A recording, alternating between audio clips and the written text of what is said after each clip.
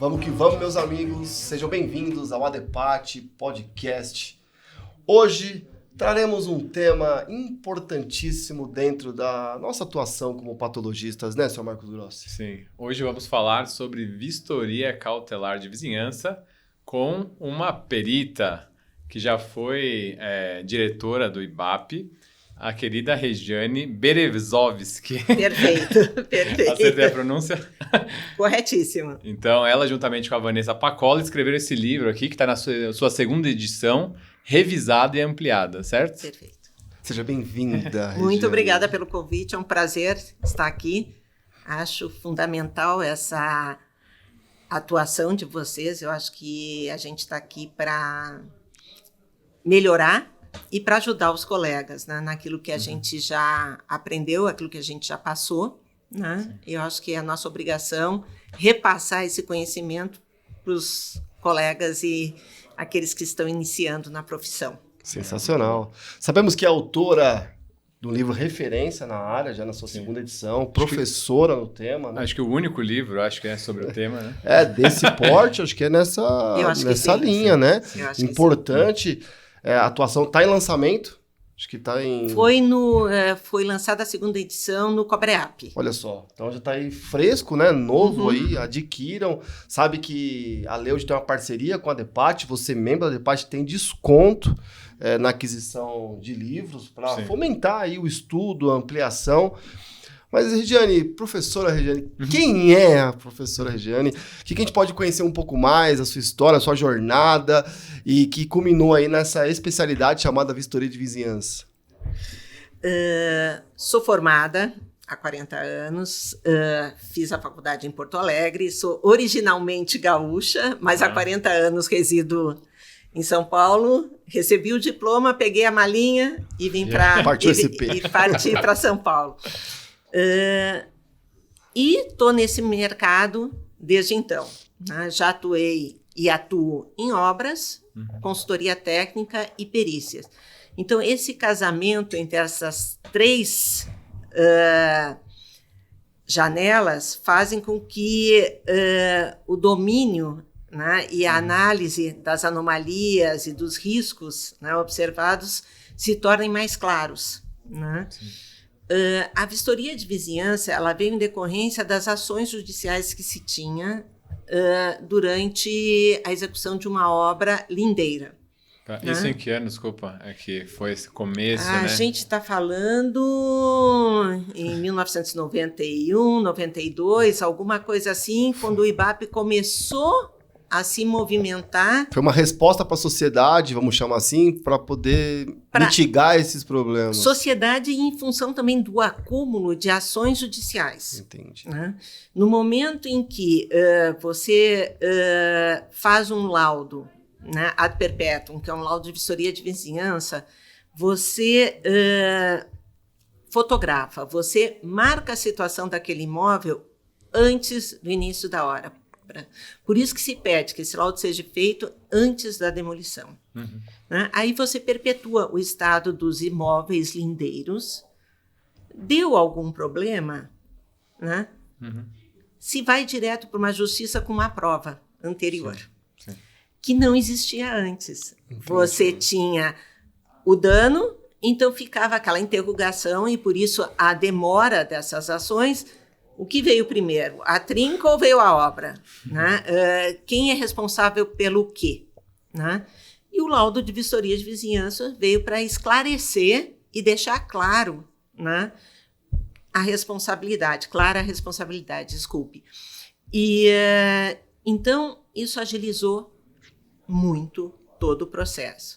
Não pensem que foi fácil. Quando nós começamos a fazer esse tipo de laudo, os vizinhos estranhavam. Imagina, tudo que é novo, né? De repente vinha alguém lá, antes de nada, talvez os vizinhos nem sabiam que ia ter uma obra do lado, sei lá, e de repente quero entrar na tua casa, quero ver os problemas da tua casa. Exatamente. Achavam que era assaltante, que a ideia era vistorial, que ver o que tinha, se tinha alguma coisa de interesse, Ou muitos, ao contrário. Eles sabiam que a obra ia acontecer, a casa tinha problemas, eles estavam esperando, eles não queriam que fizesse a vistoria justamente para atribuir à obra os problemas começar a cravar a primeira estaca, ser o marco para fazer a reclamação. Então, assim, existiam questões, né, que eram de responsabilidade da construtora e existiam questões que não eram de responsabilidade da construtora. Né? Então, o laudo de vistoria, ele esclarece exatamente isso. Não cria-se dúvidas. Aconteceu, foi antes, foi anterior ou foi posterior? Sim. Ponto. Não existe mais a dúvida. Né? Reduz as incertezas, interpretações. Reduz totalmente. Mas isso foi um tempo, né? Foi para o poder consolidar. Até as próprias. E na parte das construtoras, teve alguma resistência inicial de fazer essas contratações? Porque ainda há hoje construtoras que constroem e não contratam esse tipo de trabalho. Exatamente. Apesar de ser um custo baixo, a vistoria, pela garantia que ela nos dá, é um custo, né? Mas as construtoras maiores, como elas já estão com o passivo de algumas ações, elas pedem. A única questão é no limite de imóveis a ser vistoriados, que isso é muito importante ser avaliado. Perfeito. Não adianta fazer só os lindeiros imediatos, né? Porque no momento que você tem uma cravação de uma estaca, né, você tem ondas que pelo solo vão. Né? Esse é o detalhe, né? Essa área de influência, Grossi. Isso, é esse nome. Né? Você conseguir determinar. E isso é fundamental. E isso não é a construtora que faz. É o profissional que vai fazer esse trabalho. Mas normalmente ela que já pede. Não, mas ela faz ela quer dar um limite. Aí é importante para o profissional não se prejudicar, informar que foi a construtora que pediu tais e tais imóveis. Né? Que a indicação dos imóveis foi da construtora. Entendi. E não do profissional. Importante, hein, pessoal? É importante porque você tira a tua responsabilidade. Porque, não aconteceu no imóvel lindeiro, mas aconteceu a 2 imóveis dali. Pô, engenheiro, por que você não fez? Não fiz porque você não pediu. Sim. A limitação do meu escopo era tais imóveis. E deixa claro no laudo que foi um pedido da construtora aqueles imóveis a serem vistoriados. Né? Mas hoje existe uma transparência maior, né? Não é que é fácil ainda, né? Mas tá mais fácil do que há 20 anos atrás. Né? Temos a dificuldade de agendamento, tem algumas pessoas que trabalham, né? Então durante a semana você não consegue fazer a vistoria, aí eles vão pedir para fazer no sábado, aí você sabe que você vai ter que se submeter. À noite eu não indico fazer essa vistoria, porque tem a questão da iluminação. Né? Então tem algumas questões que valem a pena serem consideradas, né? Para que o trabalho seja feito com o maior rigor possível. Perfeito. Eu acho que assim, a senhora mencionou a questão de alguns moradores não permitirem a entrada, né? Isso. Às vezes tentando tirar um proveito de um processo. Perfeito. Qual a maneira que a gente poderia resguardar o construtor nesses casos? Eu normalmente eu utilizo a carta com anotação de recebimento, com a AR. Tá.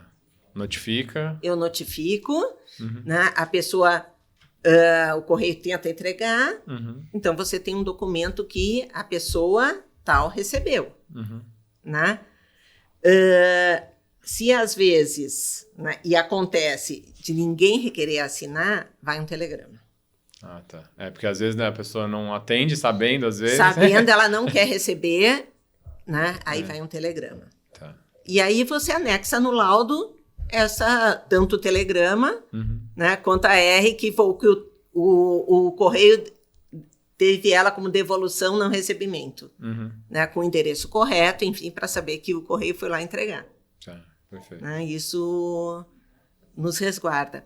E uma coisa que eu acho que é importante frisar nesse trabalho, que a vistoria de vizinhança, ela não é só para obra nova, num terreno novo, né?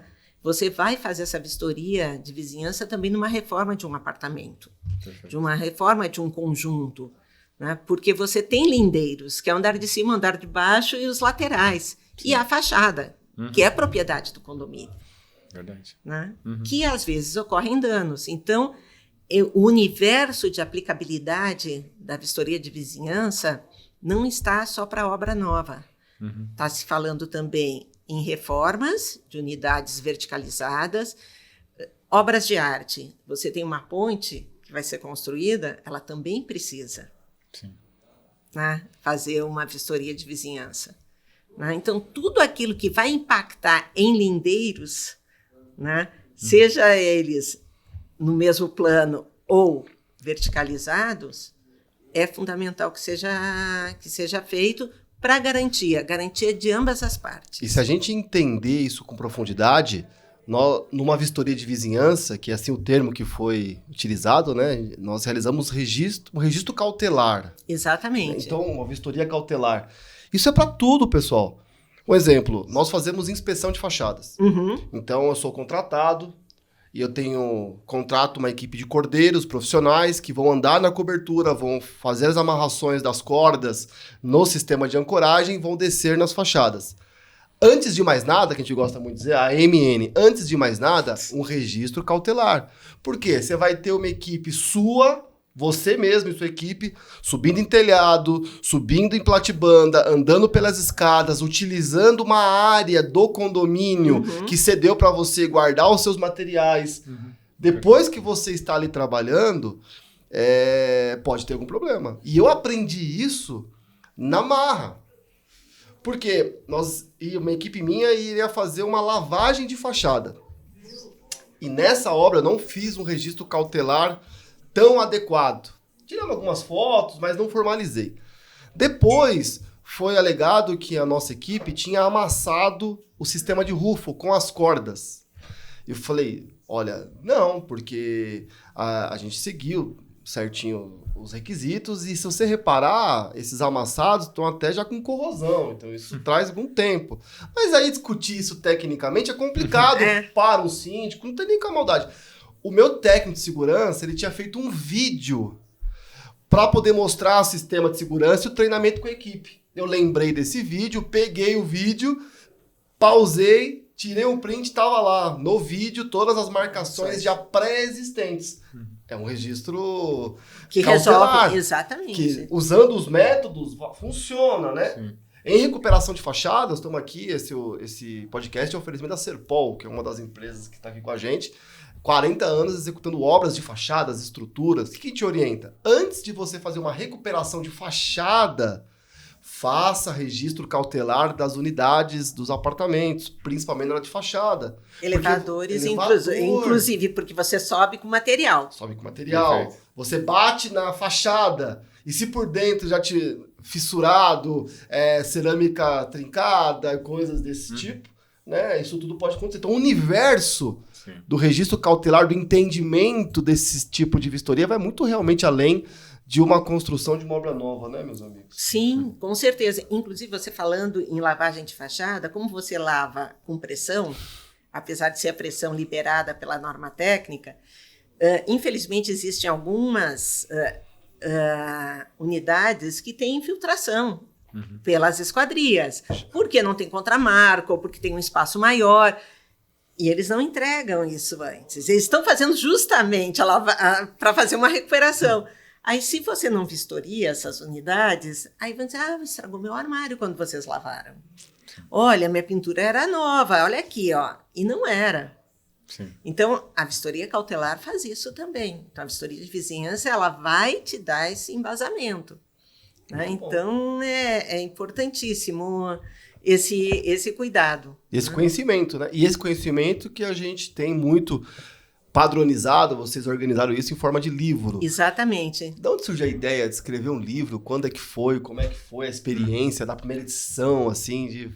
Então, veio de um convite da Leude mesmo. Legal. Né? O Luiz falou... O Luiz comentou, olha, vocês não gostariam de escrever um livro? Vocês ministram e é um tema que não tem no mercado. Você já ministrava um curso? Já. O curso já tem uns bons anos, muitos anos. No IBAP, que no IBAP. Muito bom. E vocês não querem colocar isso no livro? E a gente topou o desafio, né? E por achar que é importante, né? Então, foi feito, esse já é a segunda edição, né? E nesse livro, realmente, a gente explica, né, o que é a vistoria de vizinhança, como fazê-la, e um beabá, né, de procedimentos. Né? E, assim, esse livro a primeira edição foi na época que o Eduardo Rothman era o presidente do IBAP, por isso 17. Exatamente. E assim, estou olhando aqui o sumário. Sim. Essa é a segunda edição, aí vocês fizeram recentemente. A gente adequou as normas novas, enfim, e as atualizações pertinentes.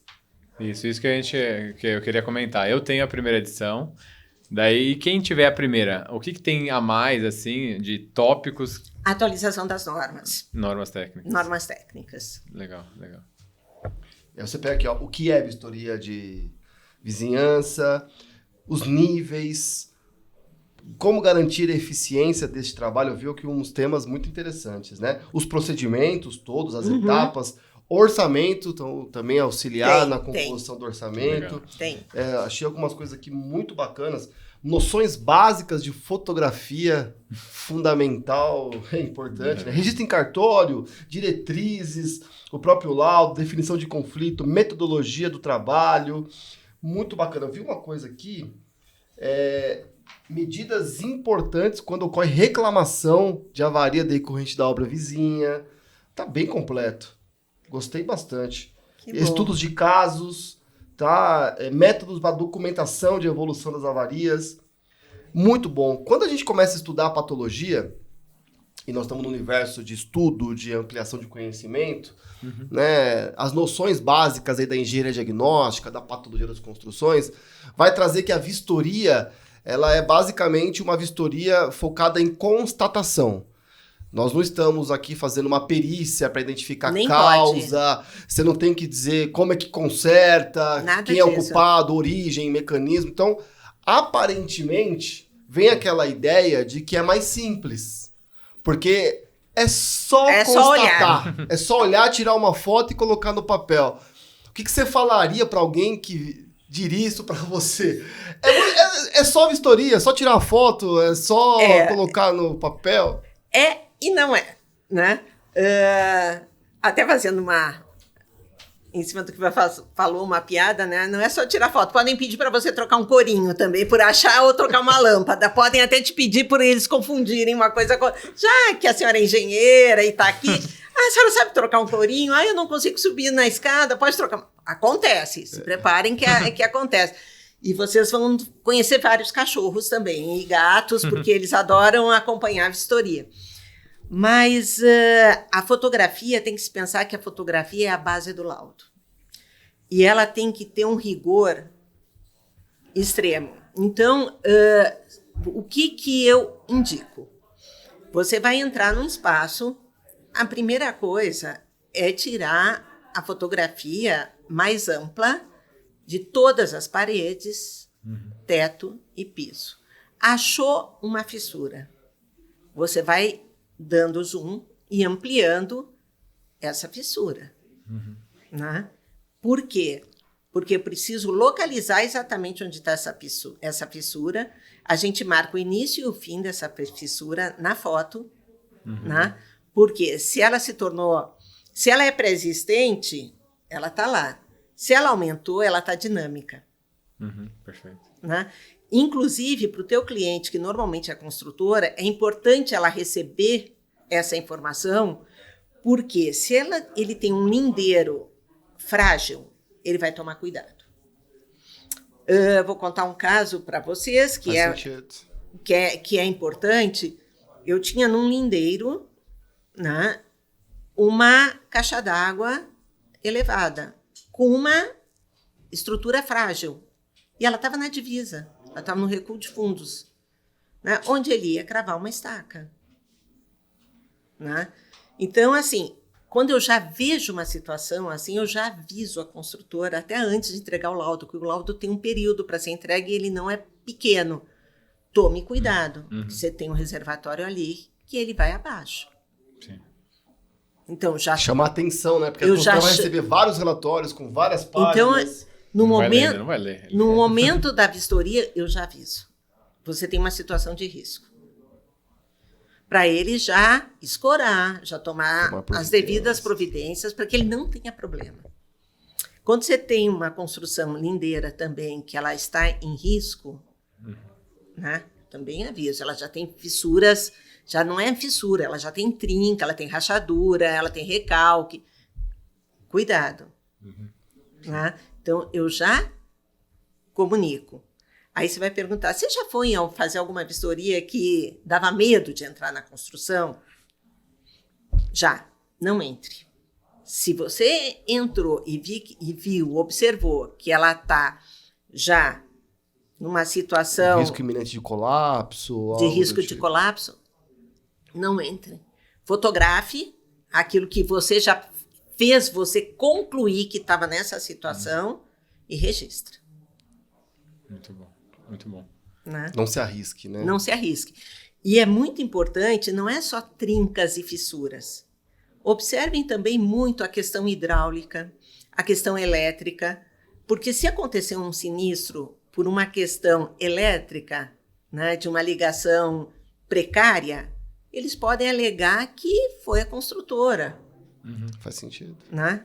E não foi. Você tem uma ligação precária, né, que deu um curto, né, porque já existia essa ligação precária, não tem nada a ver com a obra. Mas como você tem a obra do lado, né, tudo... Ah, foi o caminhão que passou e vibrou. Né, porque a gente escuta muito isso. Né? E outra coisa que é importante nessa vistoria de vizinhança é observar o logrador.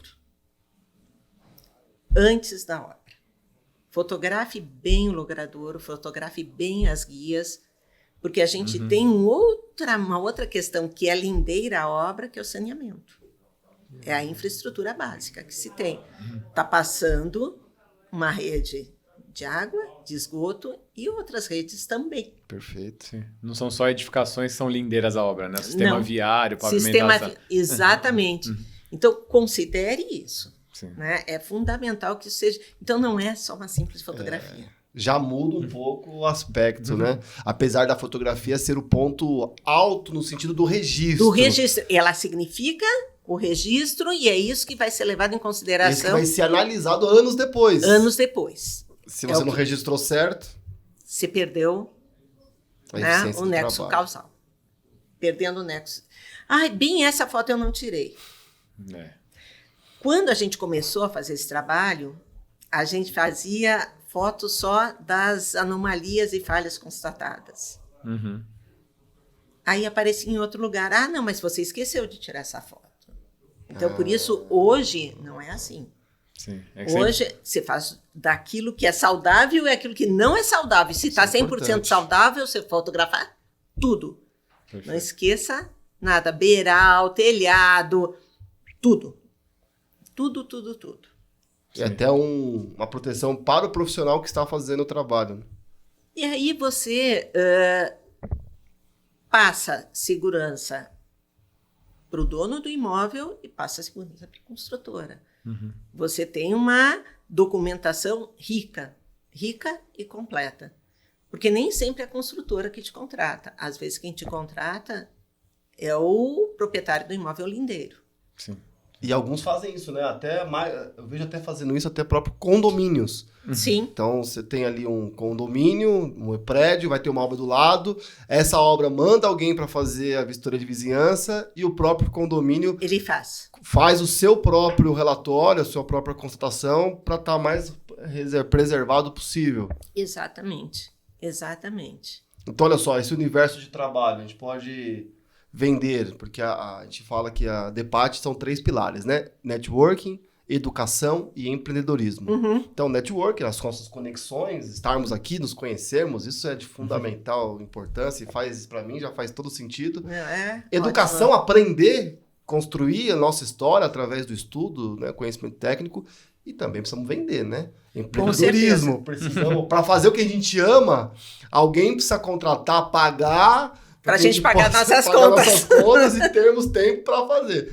E então, olha, podemos vender para as construtoras, podemos vender para os imóveis ou os vizinhos lindeiros, né? Seja condomínio, seja órgãos casas, públicos, inclusive. órgãos A gente está públicos. falando de ampliação de metrô. Faz sentido. Né? Tem obras da Sabesp, tem obras da Eletropaulo, da Enel hoje, né? Porque você mexe. Você mexe na rede. Sim. Você está trabalhando, você está fazendo uma escavação para um reparo, você mexe. E em condomínios, principalmente, registros cautelares para apartamentos que estão em reforma, para obras em fachada, qualquer obra no condomínio, seja na impermeabilização, retrofit, uma obra na estrutura. Ou seja, a gente pode fazer contatos com arquitetos, que eles geralmente comandam as reformas em apartamentos para que a gente possa fazer esse tipo de trabalho. Síndicos, as empresas de execução, de obras de impermeabilização, de fachada, qualquer intervenção no condomínio. O leque já começa Você tem a aumentar. Hoje está acontecendo muita atualização de entrada de energia, troca de prumadas, enfim.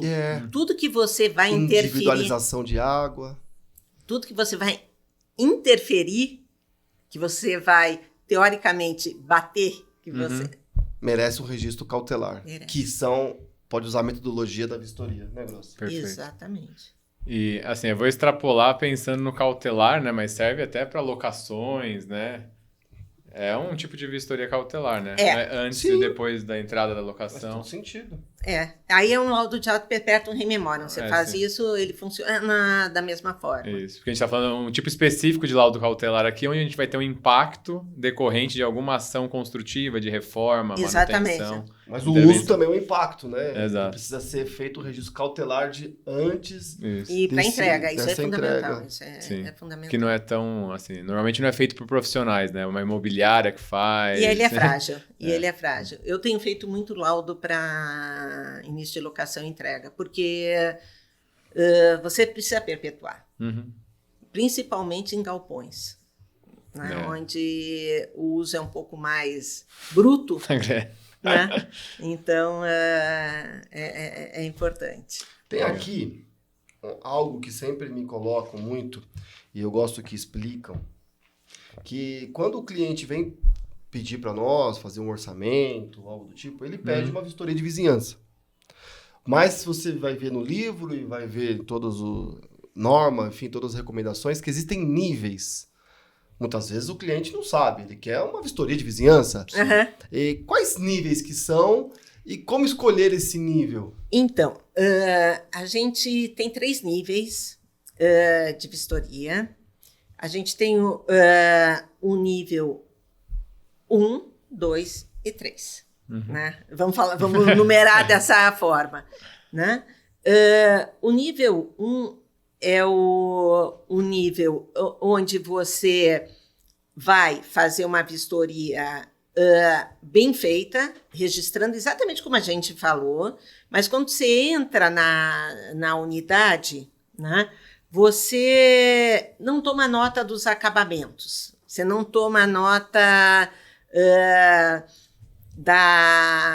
do nível, apesar de no laudo você colocar o nível construtivo, o padrão construtivo e o estado de conservação, isso é importantíssimo ser colocado numa vistoria de vizinhança, mas você não determina paredes em pintura látex, você não registra os acabamentos, mas você fotografa, você tem ele lá. Tá? É um laudo completo, né? Sem essas informações. O outro nível ele se torna mais rigoroso porque ele insere os acabamentos. Que é feito de todas as áreas, né, vistoriadas. E o último nível é aquele que você trabalha em massa. Vou citar, por exemplo, as obras do metrô. Você tem um número imenso de imóveis, então você trabalha com amostragem. Entendi. Né? Que entrar em cada um. Você não entra em todos, você entra em amostragem. Alguns só. Porque eu já ouvi falar desse fazer só a fachada, Não é isso? Não é só fazer fachada? Não. Então, você tem 1.000 imóveis, daí você vai fazer, sei lá, 10%. Você escolhe. Você viu, na verdade, por isso que eu digo assim, antes de você fazer um orçamento, vá até o local. Se ele não for na tua cidade, entra no Google. O Google é um exemplo, é uma ferramenta excelente. Por quê? Se você tem construções geminadas, você não pode fazer meia construção. Na prática, ela é uma só a posse ali e o uso é diferente. Aí a quantidade de imóveis que você vai ter que agendar é outra. Faz sentido. Sim. Né? Se você quer fazer só um imóvel para a direita e é uma casa geminada... É uma construção geminada... São dois. É um prédio, sei lá, né? São vários andares, são vários proprietários. Então, assim, é importantíssimo. Né? São dicas valiosas que a gente ouve tanto do tema e eu não tinha ouvido até hoje, então é incrível. Não, você tem que... Faça isso. Sim. Né? Então,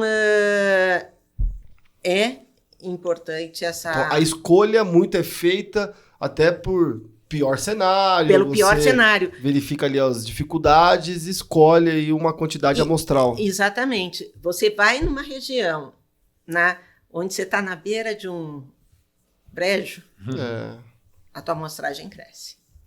E se o padrão construtivo, você percebe que são aquelas casas de 60, 70 anos, você vai saber que ali a fundação é pedra. Né? Ou uma broquinha, ou alguma coisa assim. Ter esse conhecimento da construção é fundamental, né? Importante. Do padrão de construção, da idade. É importante. Aí cresce a tua amostragem. O que você tem que ter em mente é que esse laudo, ele existe para dirimir dúvidas. Então, não para gerar mais dúvidas. E não para gerar mais dúvidas. Então, você tem que deixar teu cliente tranquilo. E se ele... aí você explica. Se a tua amostragem for 80%, você tem que explicar para o teu cliente, olha... Fundamental para ele. Sim. Vai ser fundamental para você, é importante. E você chega a perguntar, para o caso de uma construção, o tipo da construção, o tipo da fundação, a profundidade, isso faz alguma diferença naquele momento ou não tem essa Eu referência? acho importante saber o tipo de fundação e o nível de escavação. Por quê? Porque impacta, né, nas construções de divisa. A gente está numa fase, já há alguns anos, muitos anos, de transição, onde eram casas que tinham sua edícula na divisa de fundos. Né? E, normalmente, essa edícula, você sabe como ela é construída. Né? E, então, é importante saber. É importante saber. Lençol freático, é importante saber. Se vai ter rebaixamento, se não vai ter. É importante saber. Vocês têm noção de quantas casas vocês já entraram? Não, né? Esquece, esse número não dá nem para contar. Incontável. Né? Incontável. Mas certamente apareceu coisas... Vários causos. Causos Vários diferentes. causos. Isso que eu ia falar. Eu queria saber alguns. Isso, pensamos igual. Eu ia falar, vamos sair do script, mas... Eu tenho um caos. Vou inaugurar aqui. Então inaugura com o teu caos. Tem um caos, depois vocês contam. Era uma obra recuperação de fachada e trabalhando com recuperação de fachada, naturalmente, depois que começa a obra, tudo que acontece no condomínio é culpa e causa da empresa que começou a obra, porque nunca vazava, começou a vazar, nunca infiltrava, começou a infiltrar, nunca fissurava, começou a fissurar e algo do tipo.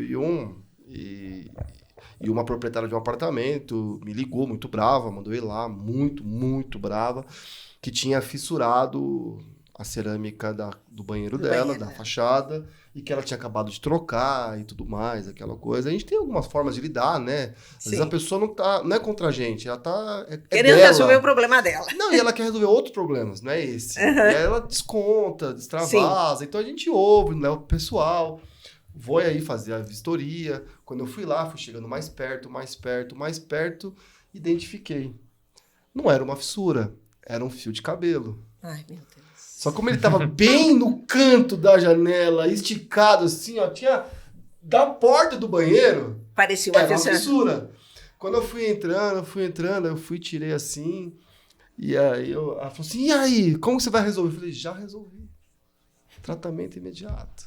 E quando ela falou, o que foi? Eu falei, não, era um fio de cabelo, mas acontece, tá tudo certo. Não ia eu agora, Sim. né, jogar Chamar. contra. Eu falei, não, só acontece, tá tudo certo, mas olha, se aparecer alguma coisa, você me avisa. E aí a gente sai, dando risada com a gente, Sim. brincando, né?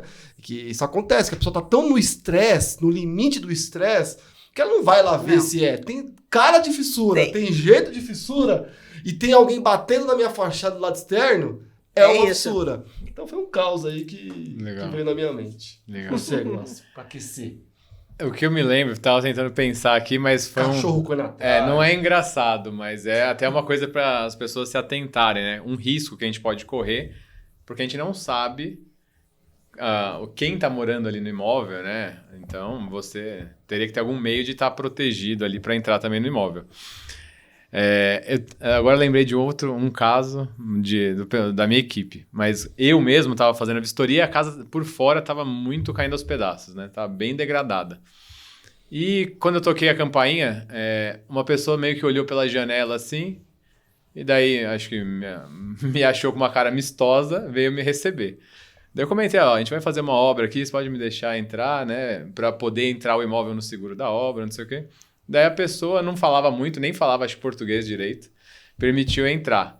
Daí quando eu fui entrando no imóvel, não tinha nada de mobiliário, 0 móveis. Um colchão no chão só jogado, e lá dentro, tipo, não tinha telhado num pedaço, ou seja, era uma casa abandonada que tava invadida. Então ele não era proprietário do imóvel, né? Ele só me deixou entrar. E talvez ele não... O espaço dele assegurado. Ele não te respondeu, porque você não perguntou. Eu não perguntei, você é o dono aqui na... E daí o medo será que eu vou conseguir sair daqui? Eu consegui entrar. Bom, mas não tem telhado, né? Qualquer coisa. Aí você começa a ligar e fala, então, pai, eu tô aqui no endereço tal, na rua tal, com o senhor fulano de tal. Sim, mas isso é uma questão. E depois disso eu me atentei que a gente já pegou vários casos de casas invadidas. É um risco, né? Tem que tomar cuidado com a segurança do inspetor, né? Do vistoriador, isso também é importante você comunicar onde você está indo, sempre antes de ir, avisar o teu escritório que você está indo. Se não te ligar em 15 minutos. Exatamente. Não deixar... É verdade. Resguardado. Né? Sim, deixa ligado ali o telefone no alguém, né? No bolso. Eu vi hoje rodando no TikTok um rapaz vendendo, acho que na Santa Efigênia, alguma coisa assim de São Paulo, um boné com uma câmera escondida no boné. Sim. Então, um bonezinho com a câmerazinha e pega no celular. Espiar. Falei, pronto aí, ó, já bonezinho, a gente coloca debate em cima e faz as vistorias já com uma filmagem 24 horas. E depois desse cenário, quando a gente vai fazer vistoria, às vezes, que é em comunidade, né, edificações... Tem que falar com a associação. A gente tem um trabalho desse, mas sempre a gente vai em 2, pelo menos, né? Então, uma pessoa fica fora... Outro vai pra gente ter essa segurança. E nunca entrem sem combinar com a associação. Eu já fiz muito isso, você tem que falar com a associação e alguém da associação tem que te acompanhar. Sim. Importante você estar incorporado aí dentro da área. E você, professora? Bom, vou contar 2 causos, né? Um realmente técnico, era uma obra que não tinha começado ainda e eu fui visitar o prédio Lindeiro, né? Por isso que eu falo, é muito importante olhar para o chão e para o teto. Muito importante. De fora, um predinho sem elevador, de térreo mais 3 andares. E ele até está no livro, a foto. Eu entrei no prédio, comecei a olhar. Chamou a atenção no térreo que no corredor eu tinha uma trinca no piso. Fui subir. Primeiro andar, a mesma trinca. Eu olho na parede... uma trinca. Olho na parede, uma trinca. Segundo andar, terceiro andar, a mesma coisa. Cheguei no topo, olho para cima, uma fenda. O prédio tinha quebrado.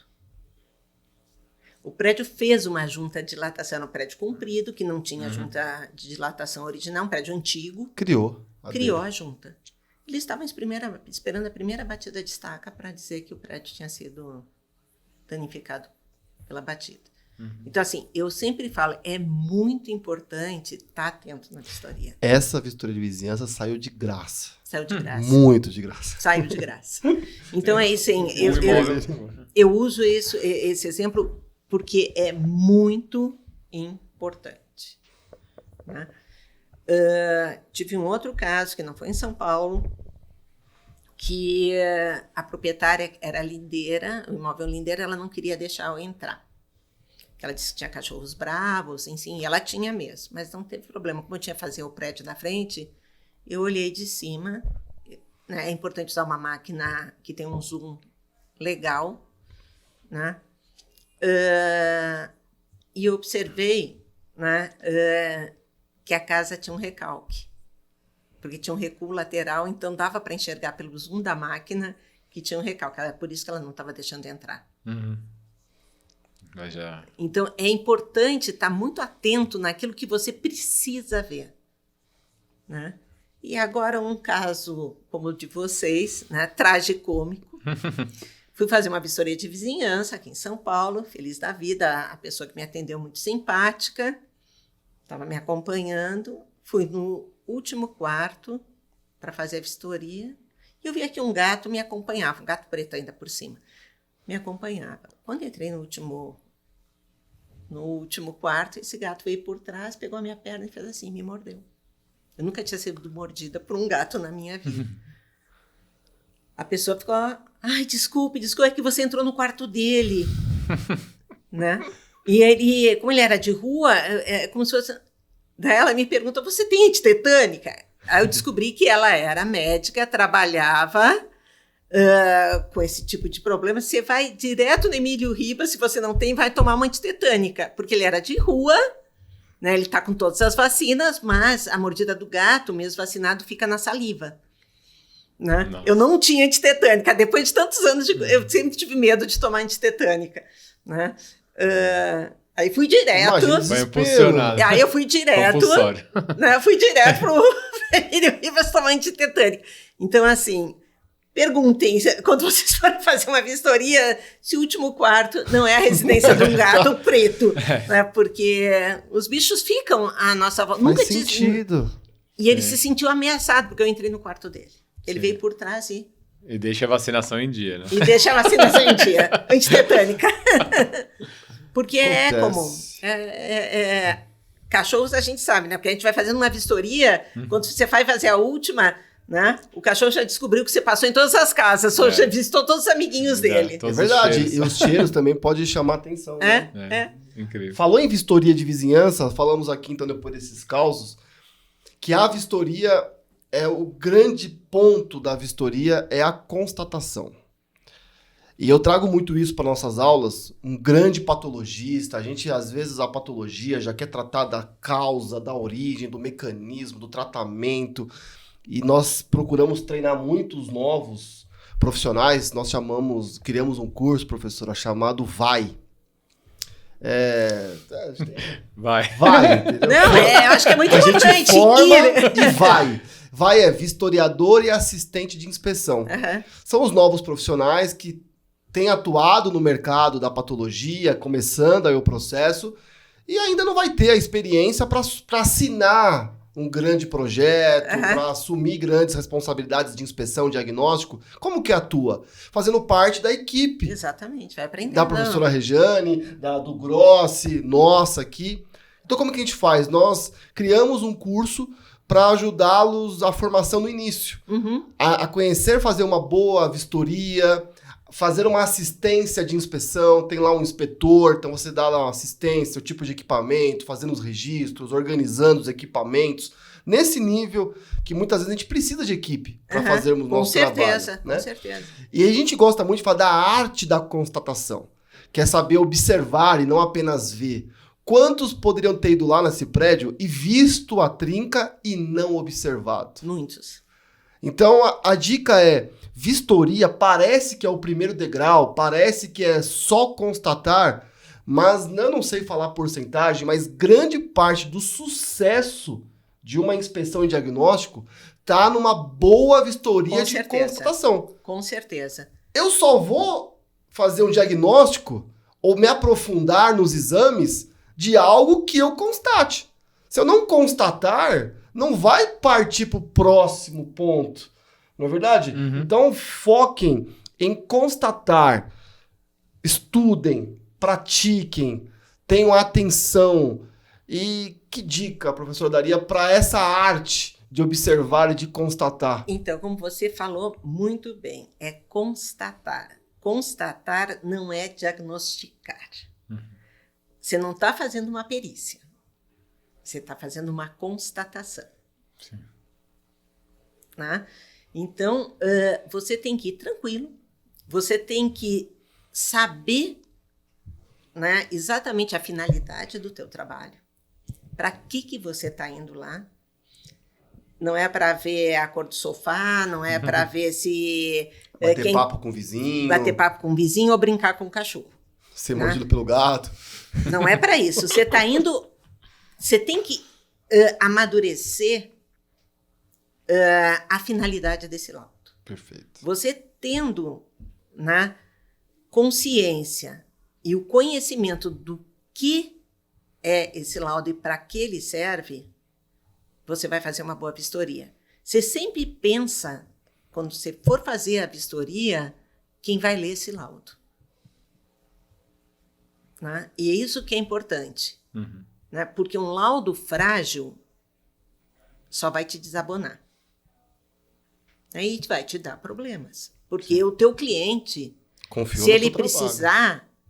do teu laudo, e ele vai precisar, ele vai ficar desgostoso. Sim. Né? Então, assim, é muito importante. Não se preocupe em saber a origem, não, nada. Você tem um solapamento de solo, você tem um rebaixamento de solo, você viu que o rodapé está numa posição e teu piso está no outro, constata. Se foi infiltração, se foi obra do lado, não importa. Se é manilha, não importa. Não é momento para isso. Não é momento, é outro trabalho. Daí você vai ser chamado para outro trabalho. Perfeito. É isso que Muito eu bom. dizer. Eu gostei. E você falou uma coisa que é fundamental. E para nós já temos mais jovens, é pior ainda. Ir tranquilo. Ou seja, você tem que estar 100% na vistoria, na inspeção. Cuidado com as distrações. Exatamente. Ou seja, resolva a tua vida antes de entrar numa vistoria. Senão o telefone vai tocar. Se o telefone tocar no meio, você atender ou você ver uma mensagem, isso pode te tirar do eixo.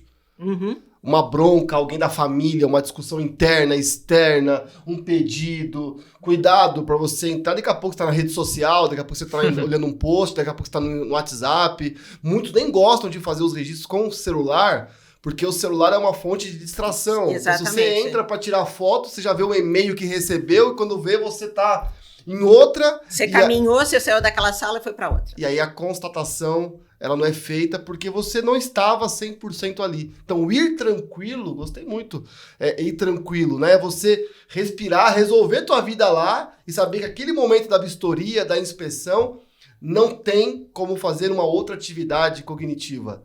Não. É somente aquela, exclusivamente aquela, né, Sr. Grosso? Perfeito. É ir focado. E focado. Gostei. E sabendo que é importante esse trabalho. Eu estou extremamente satisfeito. Sim, que bom, também. fico feliz. Foi um prazer estar aqui. Eu só tenho mais uma pergunta. Você tem mais alguma, Grosso? Não. Tá tudo certo. Tem mais uma Você pergunta. Termina. Porque assim, você... Eu tô chamando de você com uma isso mesmo. Né? O Grosso é mais polido. Ele Você tem uma não, é você mesmo. De estar ali do IBAP e tem uma história. O pai do Grossi, né? O Sim. grande Grossi. Era do IBAP, então... Você falou, poxa, o Grossi, você é filho do Grossi? O Grossinho. Né? E eu sou muito ligado nessas questões de legado, de história. Isso é importante. É incrível. E assim, então, você tem uma história e tá vendo hoje uma nova geração surgindo, ampliando a essa área, cada vez mais chegando gente, novos profissionais, jovens, né? E jovem, né? Às vezes vai com muita força, muita sede ao pote, erra muito, aprende uma coisa, já acha que sabe o mundo. Nós também éramos assim lá no comecinho. Sim. Né? E depois a gente sabe que a gente não sabia tanto assim, faz parte do processo. Eu queria saber como você vê esse crescimento do mercado e depois como a sua análise desse crescimento está adequado ou não, pode ficar à vontade. Dá um recado para essa galera que está se formando, quer trabalhar com vistoria, o que você falaria aí para deixar um legado para nós? Então, eu acho que essa geração que está vindo, ela é o nosso futuro. E é o futuro de uma comunidade. Né? Então, eu vejo com bons olhos, fico muito feliz, né? Nos meus cursos, às vezes, várias vezes já me perguntaram: professora, a senhora não tem medo de ensinar? Porque a senhora pode ser um concorrente. Falei, não, prefiro ter um bom concorrente do que um péssimo concorrente. Meu papel, você está fazendo o curso, é para aprender. Então, a minha obrigação é te ensinar e te alertar para as coisas. Então, eu acho que é o rumo normal da vida, né? Você está aqui para aprender, eu aprendo todo dia, né? E assim como os que estão começando também vão aprender todo dia. Então, eles já vão ter a bagagem daquilo que o antecessor aprendeu e ele vai ter novas situações para aprender. Então, eu vejo com muito bons olhos. A única coisa assim, que você pergunta qual é a mensagem que eu diria é responsabilidade. Você é um profissional, você fez uma faculdade, honre a tua profissão. É o que eu diria para ele. A gente tem uma obrigação moral de defender a nossa classe. Então, seja um bom profissional. Era isso que eu teria para dizer. Excelente. Melhor palavra para sintetizar tudo. Muito bom. Gostei. E para ter uma forma de adquirir responsabilidade é ouvir as pessoas que já estão nesse caminho, respeitar, né, admirar, honrar. Sim. E estudar muito. Com certeza. Numa boa, não tem como você fazer uma vistoria de vizinhança sem ter feito um curso de vistoria de vizinhança, sem ter lido um livro de vistoria de vizinhança. É verdade. Sim. Então aqui está o caminho. Não tem atalho? Não tem atalho. Não tem que saber o que vai fazer. Você tem que se aprofundar na área que você está querendo desempenhar. Sim. Então fica a dica, vamos adquirir o livro. Tá aqui, a gente vai querer um autógrafo, tá? Pode prazer. Felipe e Marcos, ou Felipe Grossi, eu chamo de Grossi. A gente vai deixar aqui na biblioteca da DEPAT, com muito carinho. E assim a gente encerra, então, o nosso podcast sobre vistoria de vizinhança aqui pela DEPAT. Muito obrigado. Obrigada. Até a próxima. Um abraço.